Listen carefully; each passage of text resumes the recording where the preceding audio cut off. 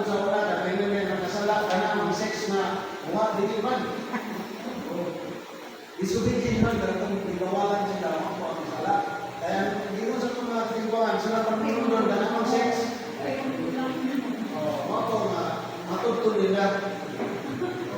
Because because sex itself is not a bad thing.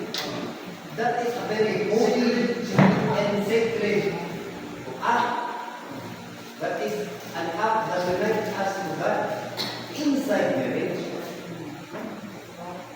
Ang problema karon kay magfocus ng sila outside marriage. Okay, ilan kung gamitin itong versikulo sa Dito ko sa ilang versikulo. Muna, bububag ko lang ako ang ikaw sa Muslim. Ikaw dahil sa yan naging yan. Sa ilit man. Hindi ko magbubuhat, hindi ko magsuko. So remember, itong context sa istorya, is para kay Adan o Ebang, kung yun ang pagkakitan. Sa matripon din sa ilang pag-iusa niya sa Diyos. Kung ikaw na mapapakasal ka, ano na kita yung matripon din yung iusa sa Diyos, which is a different topic. So muna siya ang original sin. Involuntary na atong nakuha sa unang mga ginikanan. Next, what is tawag sa personal sin, which is voluntary. Muna na ang atong ginikanan. Makat ka, patay ka gamo, mukawang ka sa atong panginahanglan, hindi pagtabang sa uban, hindi pag-istorya sa tamang pag-istorya, hindi pagbuhat sa aming buhaton, may akong sala, akong batong sala. Mia culpa, mia maxima culpa. Tumaw ko na ito ang personal sin. Tunay ko ka-classic, which is kami yung original sin, ang personal sin sa pagkibikanan, which is ang mga man, ito ang personal sin, which is ang pagkibikanan. Muna mabasa natin sa Roma 5:12, sa original sin, ang sala, nakasunod sa kalibutan, tungkol sa paglabas, tinadan, sa suko sa Diyos. Question din mo, si iba may nagkakon, meron mo si Adam sa Finland. Remember sa patriarchal culture, always pinaanglaki ang pagkasalan. Ano man? It's because the head, which is ang husband, tama kay Kristo, ang ulo sa Iglesia, ang husband or kami, patriarch sa iyong pamilya, mausad na siya ang ulo sa iyong pamilya. Na ay makasalan sa diha, ito kita na kung nakasunod na nuwag na iyong pamilya, karuga pagkasunod. Then sa personal sin, James 1:15, matingkal ang tao kung gagawin siya sa dakutan niyang tinuha, o kung tumanong niya ang dakutan niyang tinuha, ang samutanan nini mao ang pagpakasala. Kung magpadayon siya sa pagpakasala, ang iyang padungan mao ang pagpadayon. Sa ito pa, ang una niya, samutanan niya nini pagpakasala. Pero kung magpadayon ko siya, diya pa siya isabot sa kamatayon. Sa ito pa, pag nalatay ko hato, nagsunggab na siya sa itong original sin. Okay? Kung ano ang importante sa simbahan, kung ano ang inventary sa pagpapakumbisa, kung ikaw kita sa tuwang continuity, inventary sa pagpapakumbisa, ano man. Because we are servants of the Lord in vineyard. Nag-serve kayo, makita kalihok, kung kita samdan. Wala importante ang kumbisa ni Siguro Simple. Eh para maayo ang atong saman. Maayo ang makalisong tataro.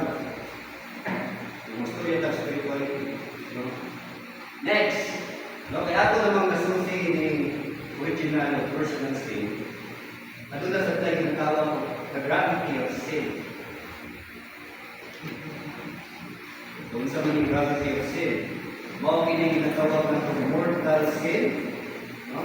Isa diha sa gravities of sin is a mortal sin. Mabasa sa Catechism of the Catholic Church 185. Mortal sin destroys charity in the heart of man by a grave violation of God's law.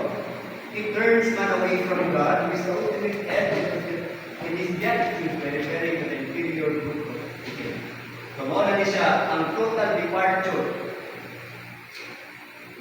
total departure sa tao diha sa Diyos. Ang mortal sin. Ibig sabihin, bigla, di maulas siya sa Diyos kung sa iyong gibuhat ng sala. Di na siya ka-penetrate sa inyo. Kaya ikaw ang nireject sa iya. Pinaagi sa pagbuhat sa ating sa butang na dili dapat sa kapul. Sumuna ang mortal sin na para sa itong mga fundamentalist na mga igsuon kanyang mga katoliko, para mo nila ang sala isa rin. Wala siya, mortal, wala din yan. Isa rin na siya. Muna yung difference mo na importante kaya hindi siya magkaway sa butang ng sala. I remember si President Ryan Gayano ngayon siya na indot na yung pastoral ba? Kami ka mga kamisa, mga ka sa mga subo sa ato. Pero usapan mo na sa pag-defy, suwatang kamako, isang sala. Diba? Pinagkakamaho. Usapan mo pakingay sa butang, suwatang kamako. Magdaw lang, magsakit daw, kapag mga nakay sakit, anong pinakatentados ka na? Nakay sakit daw, huwag ka kamako. Unlike ako kamako ka, matagalan ka, hindi sila. At ikaw ito, pinakita.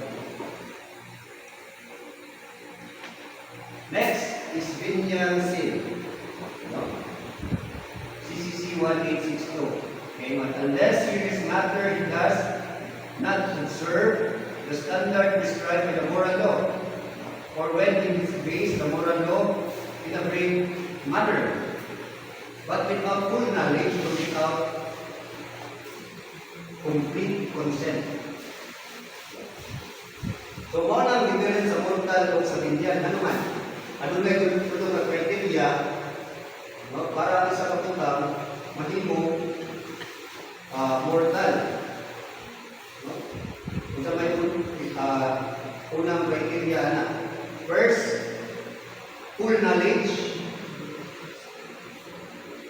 Full knowledge.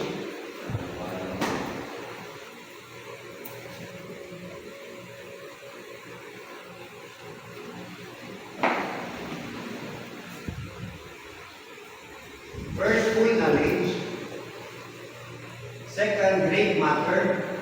Third, deliberate consent. Kung saan ang full knowledge? Ito na yung kaalam ba? Na kaning buhaton sa puting na sala. Di mo na ang great matter. Ang sala ay mo buhaton na kung ibig sa kanan. Kamao yung ka ba? Like for example ako. Maghilawas kung din na ko kapikas. Isang kabalo kong sala, ibuhat lang ko na ko. Musulod na ikatulog, deliberate consent. Bisan ka mahok ka masala, bisan ka mahok ka buhat tayo, imo lang kita munisipan. Diha musulod na mortal ang imong buhat. Pito kang matas ng tundan.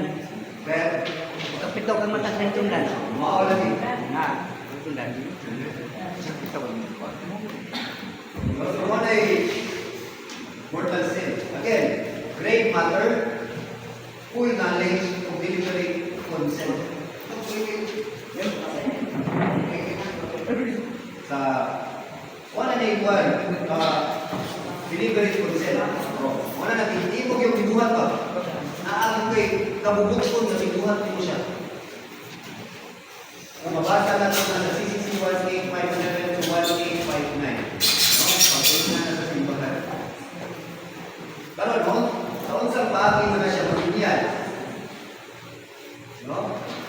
Sa unsang paagi na siya mabinyan.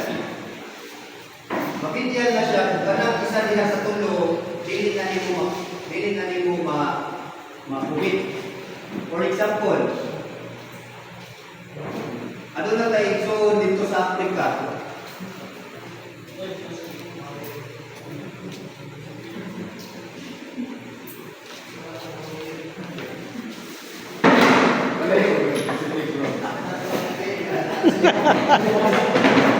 Adlo kayawa. Adlo kayawa. Ato gitu. Pito kan matagay na eh. So let's say na naay during sa pre-Spaniards na time sa Pilipinas. Puso mag-yubilate ang